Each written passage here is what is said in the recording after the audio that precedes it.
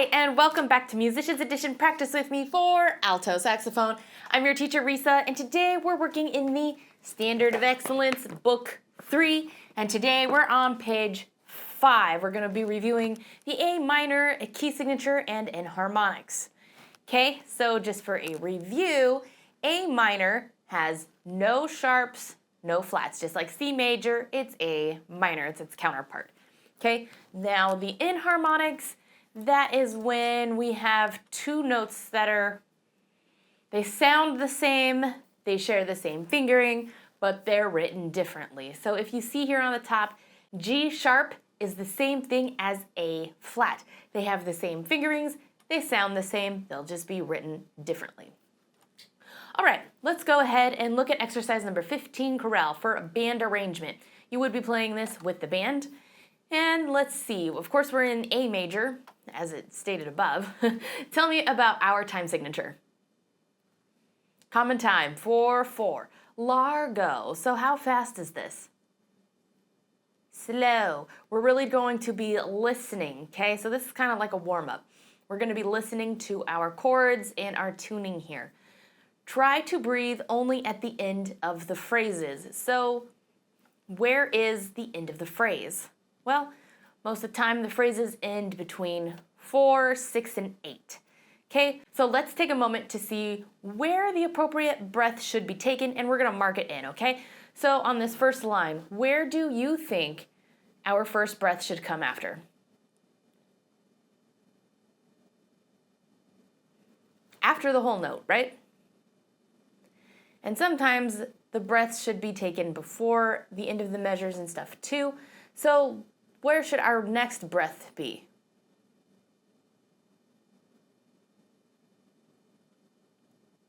Probably after this dotted half note towards the end of line 1. Now where should our next breath mark be? After that whole note again.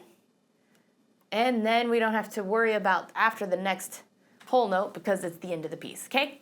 So we're going to be breathing 3 times during this piece. All right, let's go ahead and give it a try. Let's do the bottom part first, okay? 1, 2, 3, 4.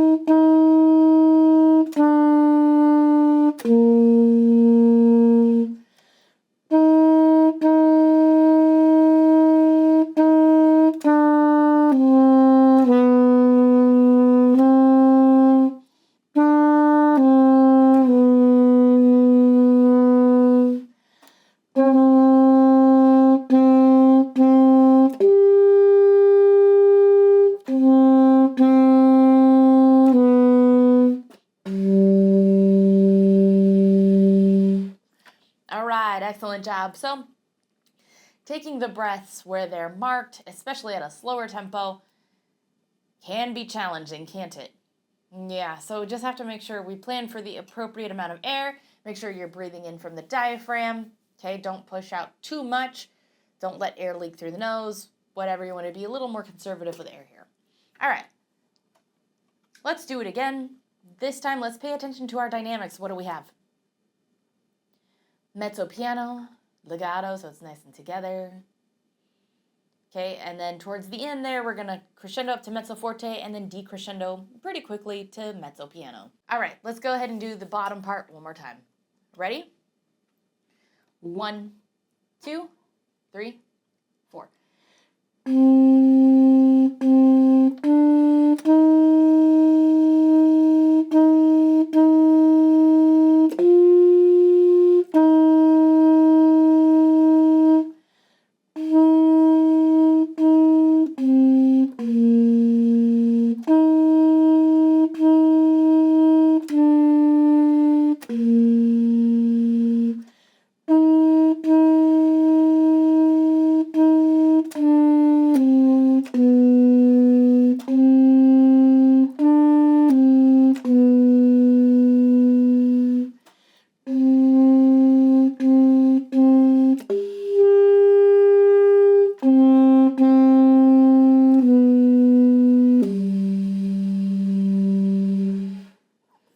All right, excellent job. Now, you still play the bottom part. I'm going to play the top part. All right, ready? 1, 2, 3, 4.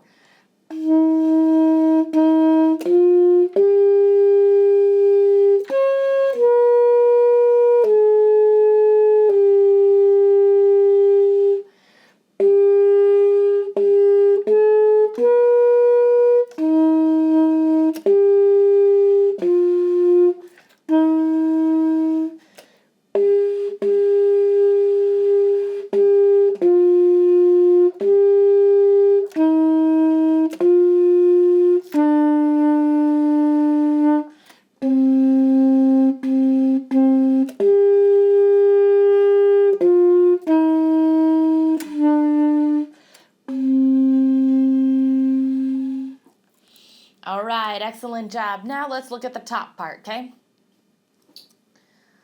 This part, to be honest, is a little bit easier in my opinion. All right, let's go ahead and give it a try. Ready? 1, 2, 3, 4.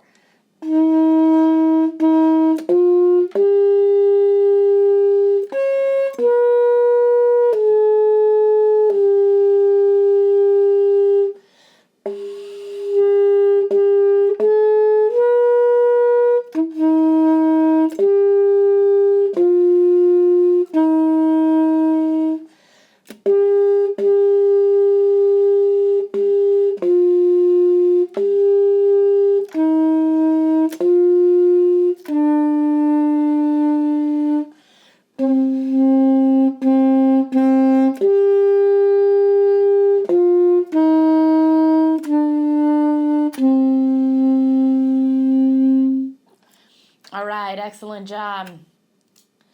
Let's do it. All right, this time you play the top part and I'll play the bottom part. All right, ready? 1, 2, 3, 4.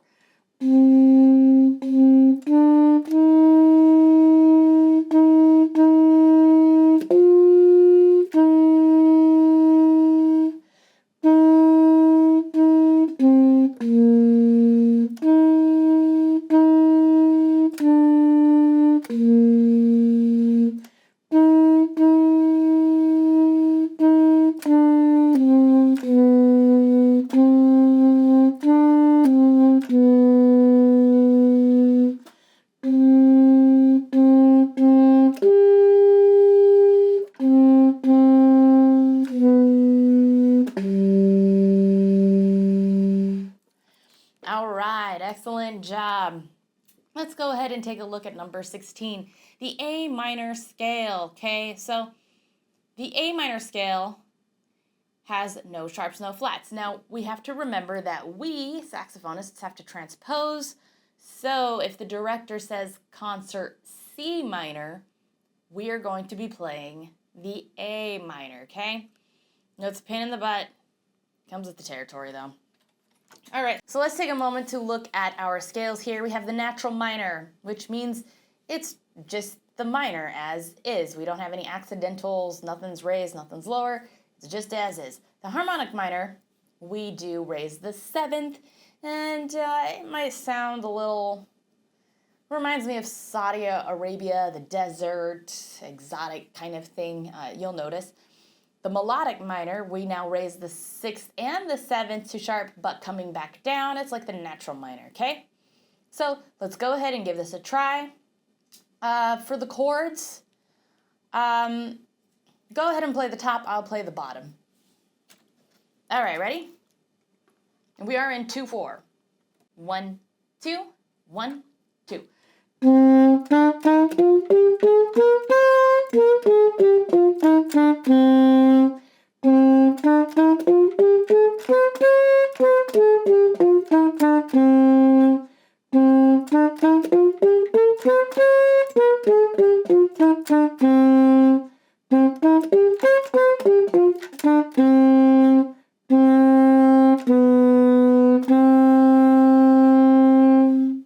All right, excellent job. So can you hear the difference between the different minor scales?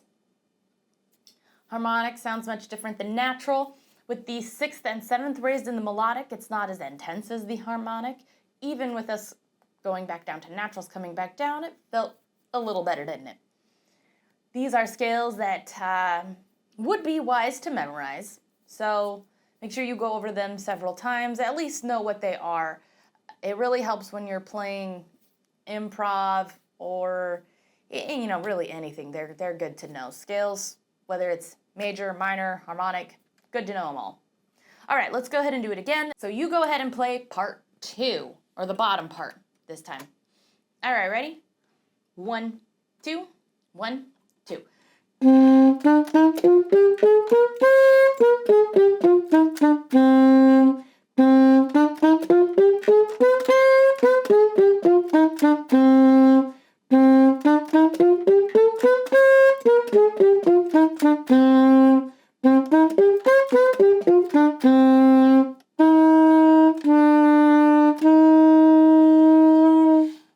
All right, excellent job. So, when you're practicing your scales, the best way to do it is not necessarily the way this piece has it, where they're just back to back to back to back, though it does help you see and understand the difference. So I'm not also saying that is bad, but you should know them like in their sections. So I would start with natural minor.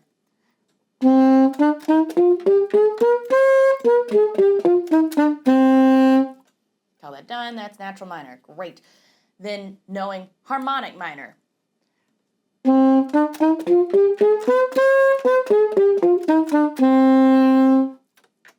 That's harmonic, great. And then melodic minor.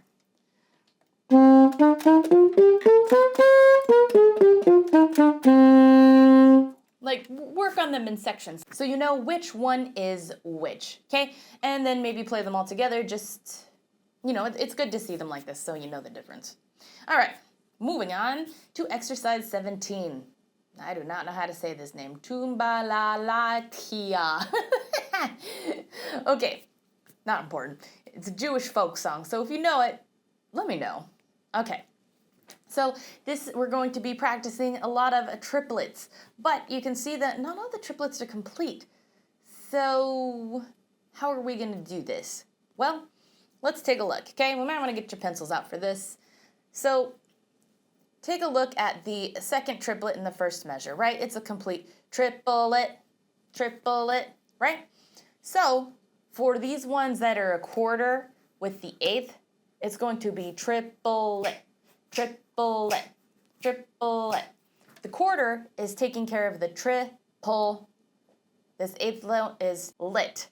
So it's triple lit, triple lit, right? So it sounds something like, right?